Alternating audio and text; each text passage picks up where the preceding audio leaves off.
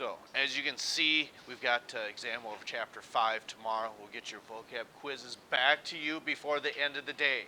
That is the goal, but it's depending upon some of your classmates to get that done. Okay? So, just for, obviously for future reference, how many of you do look at what we're doing outside of the classroom? Maybe you go to the website and see what we're doing. Or you just wait till you get here. Okay? So, maybe we do too much for you in here. Or maybe that's nice to see that. Okay? Just kind of maps things out for you. Try to make it a little easier for you. Okay, so that being said, we certainly know big topics for this chapter. The phylum name, which is what? Okay, so if we're talking about poriferans, that means what? They've got lots of... Okay, so then if they're poriferans, they've got pores, well then that's also used for feeding. And that feeding is what? They're filter feeders, and how is that digestion taking place? And what does that mean if it's intracellularly? How's that different from a complex organism like beef, swine, humans? How's that different? Yeah, we actually have a stomach and an intestine to break the materials down to make the most of them. Okay? Our digestion is taking place extracellular. In other words, it's broken down in your intestines, and then it's transported through your circulatory system to then be delivered to the cells. Okay, so one last thing we talk about. Okay, the phylum Porifera, they've got pores. They're filter feeders. Okay, they don't move. What does that mean? They're sessile. And then finally, the big opening up at the top is called the osculum. Okay, so with that, let's go ahead and proceed forward. So, for instance, if we were talking about this, like I would say write it down, but I'm not going to walk around and tell you to do that task. And I think I've said this before, and Mr. Holt, I think you would agree that for those of you going on to tech school or college, unless someone says you don't need to write this down, if the professor's writing something down, you probably want to write it down. Yeah, most likely. Good answer. So, in class, okay,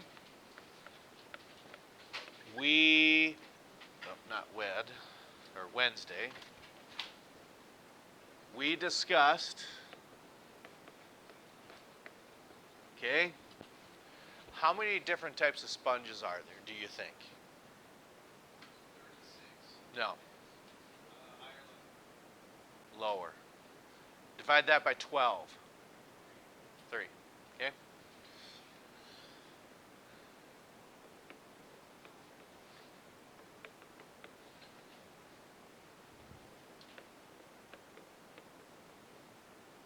Okay? 3 types of sponges, and how could we say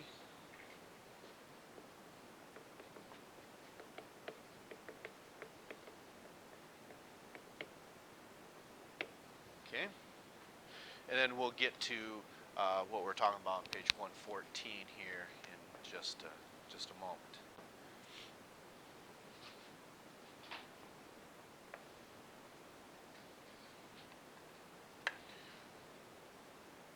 So in other words, we want you to give one of the 3 classes or breakdowns of sponges that we talked about. There are 3, so what's one of them? I would say go in the order of their complexity. So the simplest is what? Okay. So, the first class, is that showing? Yeah, that's showing up on there. First class is, as you said, asconoids. Okay? So, when we're talking about asconoid sponges, okay, since they're the most simplest, what's true? You got your hand on both of them, though. You got your hand on both of them. Nope, yep. So the first class is the asconoids, and like shape-wise, they're just like a silo. Okay, so asconoids, which are the simplest. Okay, and you could say silo-shaped or just tubular shape would be fine. Are tubular in shape. Okay? And with that, the opening at the top, that osculum, how many do they have? One. Okay? And single osculum.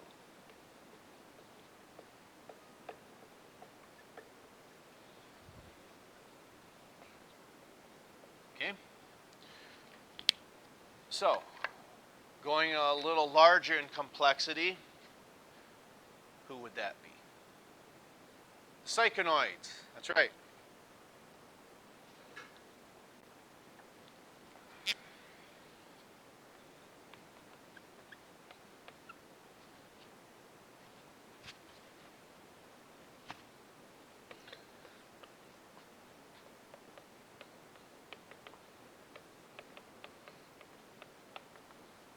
Okay, so if we're making reference to the asconoids from the cycanoids, there's really not that much of a difference. The only thing you would need to say is what? Maybe. What do we mean by this? A little bit larger. That's it. Okay? Okay?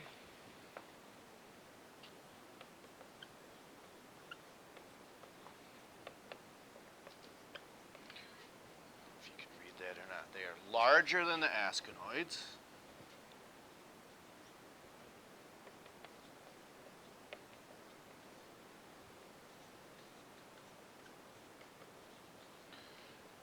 But what else would they have in common with the asconoids? Single osculum. That's right.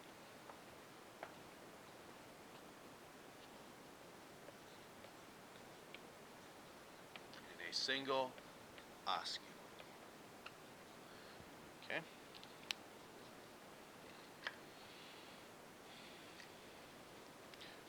Then finally, what would the third one's who? Starts with this letter, the leuconoids.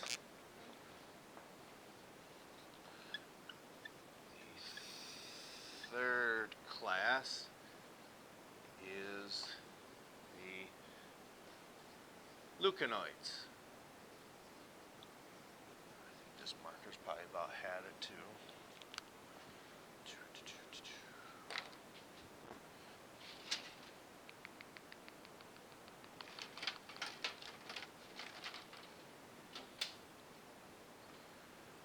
Now, a couple things we want to note about the leuconoids. What would that possibly be?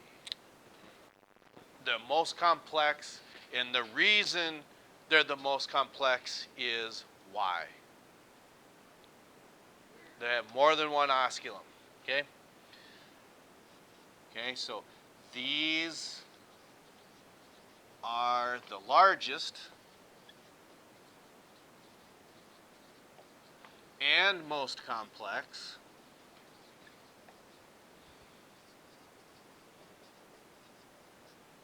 And the reason you had correctly said is because they have more than one osculum.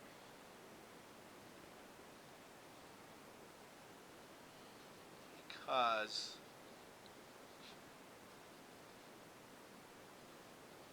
they have, we'll just say multiple osculum.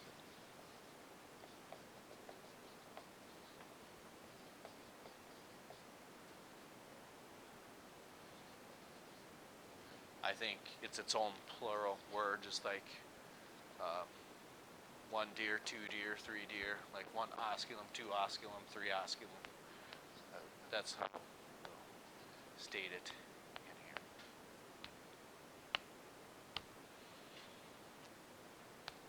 All right. So now we want to put some of this sense together. So about page 114. Some of you are already there.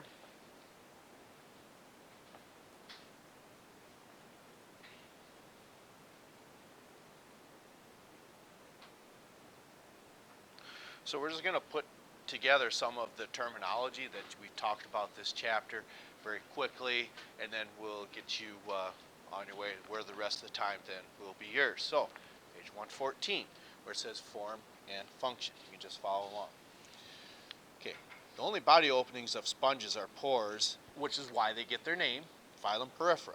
Okay, usually tiny ones called ostia for incoming water, and one to a few large ones called oscula that serve as water outlets. Of course, that would be the opening up at the top. These openings are connected by a canal system, some of which are lined with peculiar flagellated colar cells called choanocytes. Okay, and what would be on those choanocytes that makes them filter feeders? Starts with an F as well. Flagella, that's right. Whose flagella maintain a current of environmental water through the canals. Water enters the canals through a multitude of tiny incurrent pores called dermal ostia. Now, you might be thinking to yourself, well, how do you keep the term ostia and dermal ostia separate? Well, the microscopic pores that you see on the very outside, those are dermal ostia. Just like for us, when we have to see maybe a dermatologist, what type of doctor are you seeing? One with the skin. Because your epidermis is up on top, what's below the epidermis then? The living portion, which is your dermis then. Okay? So the epidermis is actually on top. So in this case, when we're talking about the dermal ostia, it's all those microscopic pores on the very outside of the sponge. Then as that goes further in, then we call that the ostia. That's the difference that you would use to keep them apart. Okay? And leads by large ostia. Choanocytes not only keep water moving, but also trap and phagocytize the food particles that are carried in the water. So what that means is as they've been trapped, okay, then they're phagocytized and then digested intracellularly. Cells lining the passage are very loosely organized. Okay. The next paragraph says sessile or almost sessile. Animals make few movements. They're typically little in the way of the nervous, sensory, or locomotor parts, which sponges apparently have been sessile from their earliest appearance. So again, we mean that they don't move. But there's movement inside. Why is it possible that there's movement inside? It's not by a nervous system, but there's something that's doing this. What would this possibly be? It's trapping the food particles, the flagella, and that's maintained by the water currents moving in and through these canal systems. Okay. Types of canal systems. Most sponges have one of 3 types of canal systems: asconoid, cyclonoid, and leuconoid, and that's what we're referring to up here. Probably the most important part that we want you to be able to, I'm not just saying recall, but actually learn and understand this. It's kind of like, I think we've talked about this before. Some of you change your own oil. So if you had to describe that to someone, say, oh my gosh, you got to maybe make sure the vehicle's warmed up, then get up on the blocks or on a hoist, then take the plug out, and the oil flows into the oil pan until that stops. Then you might want to put the plug back in. Then what? Probably, you might have to change something else. The filter. Some people change the filter, but if you really want a good seal on there, some people might forget to do this. You take your new filter, put some oil on that gasket. Once you do that, you tighten that back up. Now that gives you a good seal. Why that is, I don't know. How many of you people have changed your own oil? So how many of this sounds accurate right now? Okay, so then the last thing, once you have the plug in, you've got the new filter on, now you just start dumping your oil in, whether it's what was told to do or you just keep checking the dipstick. And I don't know how accurate that would be because that oil's got to get down in that oil pan for you to be able to check that.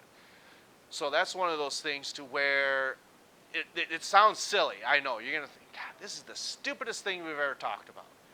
But believe it or not, there's probably people that may YouTube that or Google, how do you change the oil? So you're reading, okay, you got to take the plug out, you got to do this and this and this.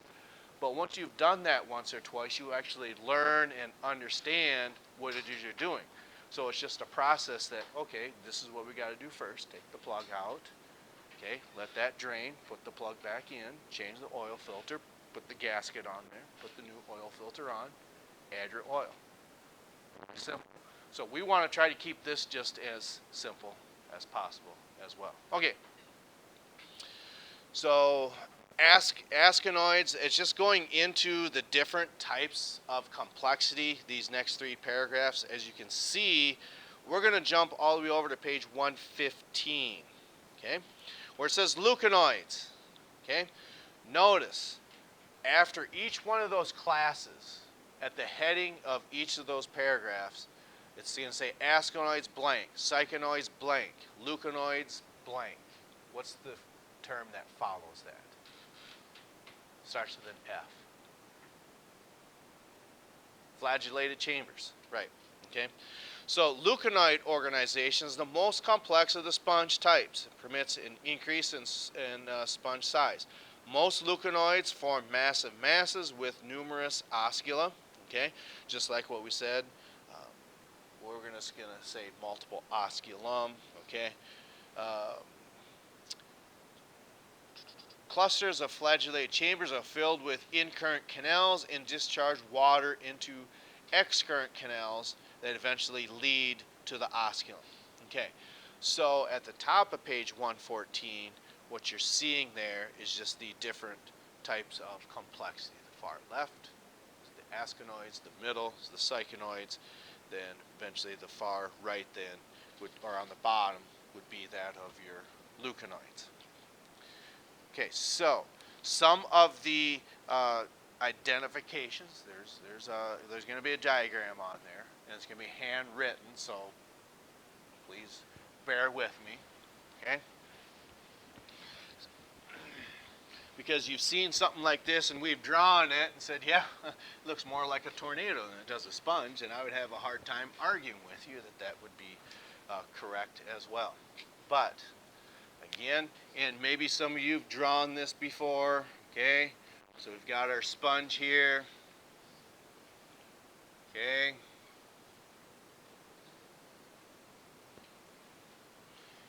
And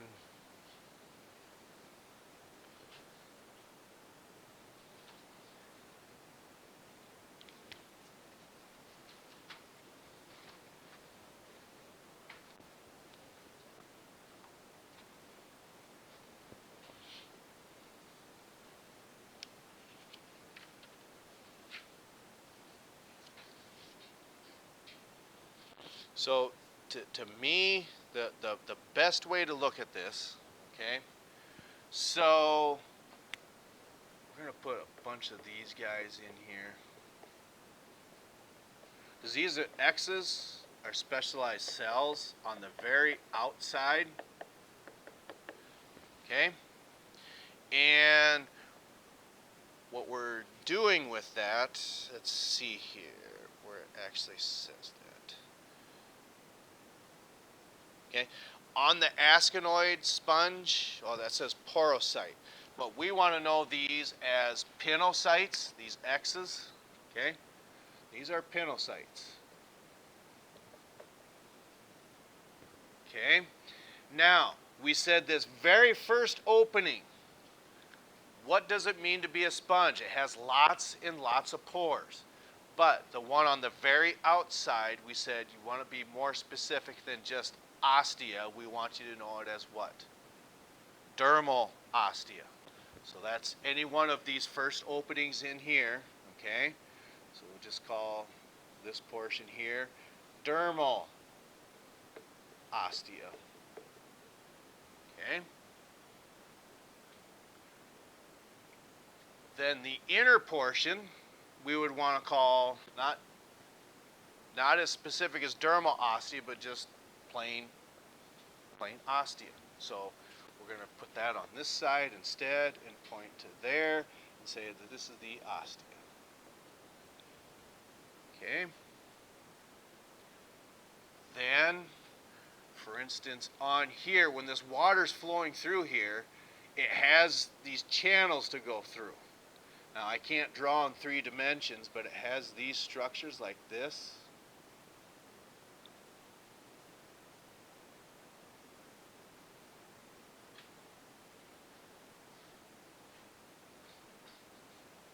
Okay, so those little whip-like structures are these things, and you correctly identified those as what?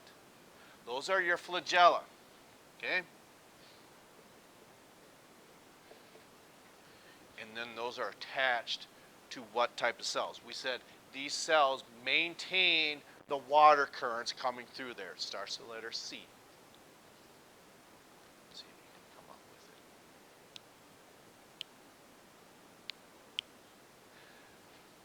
it. It has the flagella is attached to these types of cells that maintain the water current. Starts with the letter C. It's not colar. It's a whole bunch of these that make up the colar. Say that again. Choanocytes. Okay? So all these are choanocytes.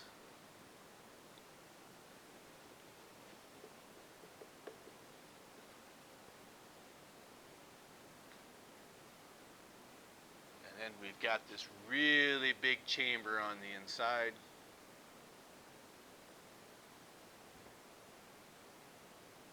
It's not the sponge. The whole thing. This whole thing is the sponge, but inside of here, something a little more specific.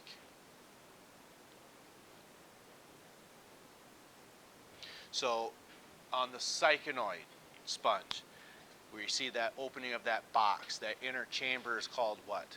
Spongial seal. Okay? So all of this inside of here, okay, that is the spongial seal.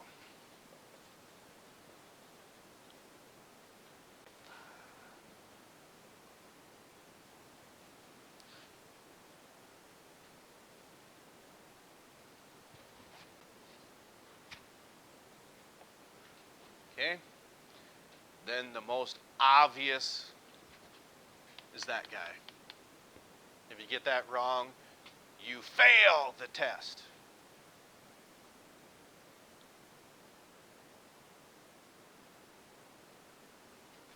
This guy up here. Yep, osculum. Okay. And I think that's, to me, that's enough. Agreed? Oh, yeah. We've bonus? What do we need bonus for?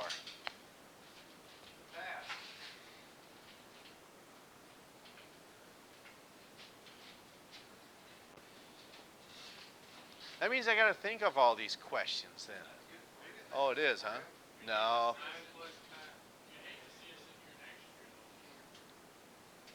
You know, I have told students that in the past. I should flunk you intentionally, not because you have to come back, because we want you to come back to lead by example, the rest of you ding-dongs. No, they'd have to be seniors.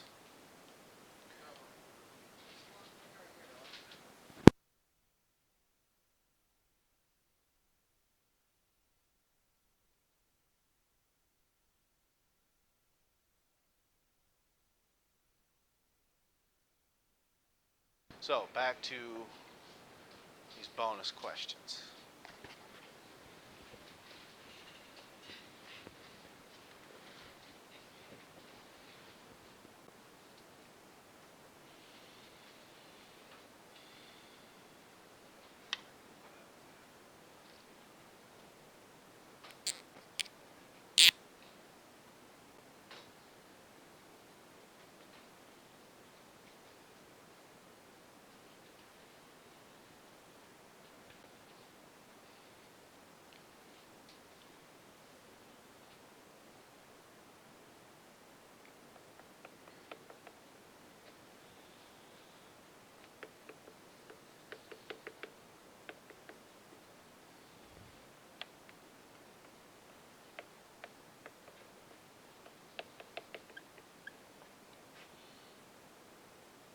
Like if you needed to get parts for your car, we call it I don't want to say junkyard.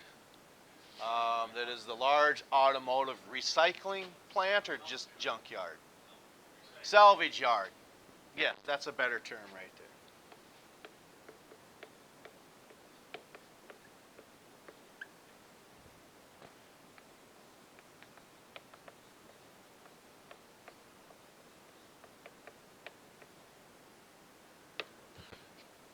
Over by Garrettson. What's the name of that?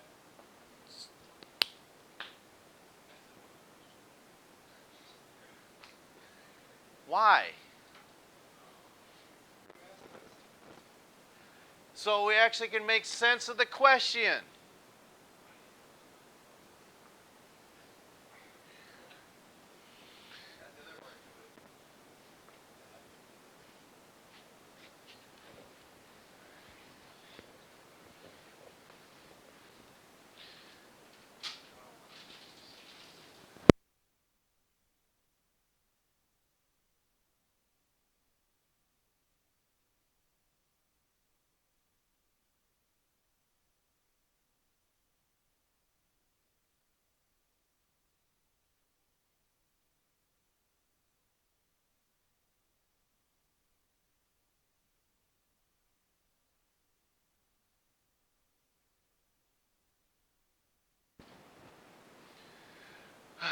Take two, I guess. Okay.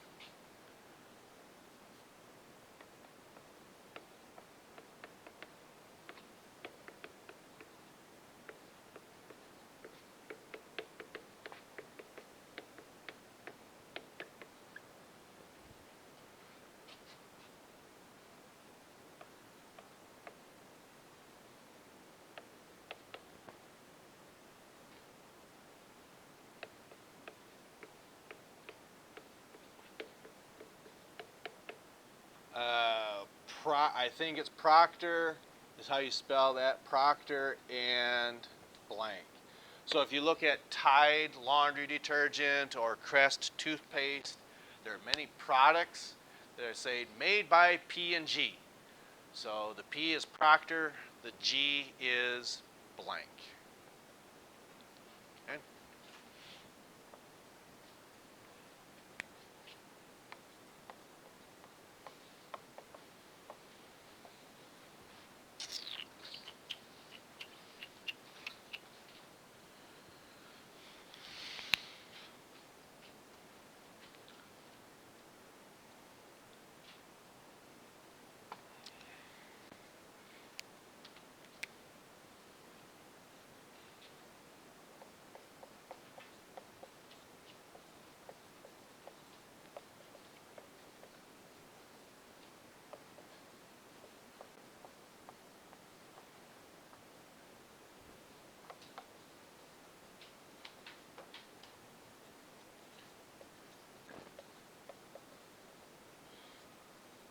Okay.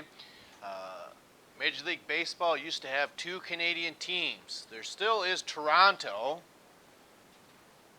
and blank. Okay. But they're no longer located in that Canadian city. They picked up and moved to Washington, I believe. So they are the Washington Nationals. So there's another Canadian city that used to have a baseball team, but they picked up and I think moved to D.C. So what's that second Major League Baseball team? I want to say that took place in, I would say probably by 2002, but I'm not sure how accurate that is. Okay. I'll give you a clue. They used to be Expos. That was their logo. EXPOS. Expos.